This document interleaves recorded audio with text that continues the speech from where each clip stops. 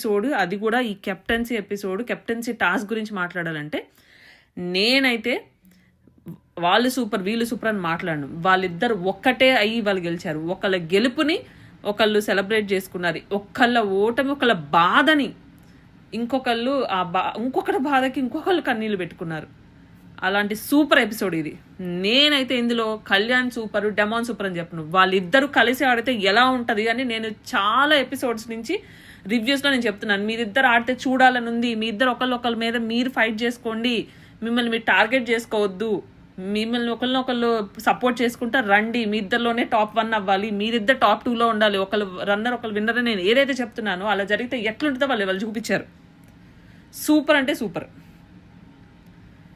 ఈ ఎపిసోడ్ మిగతావి అయితే కొంచెం బాగానే స్మార్ట్ గేమ్ ప్లే చేశారు.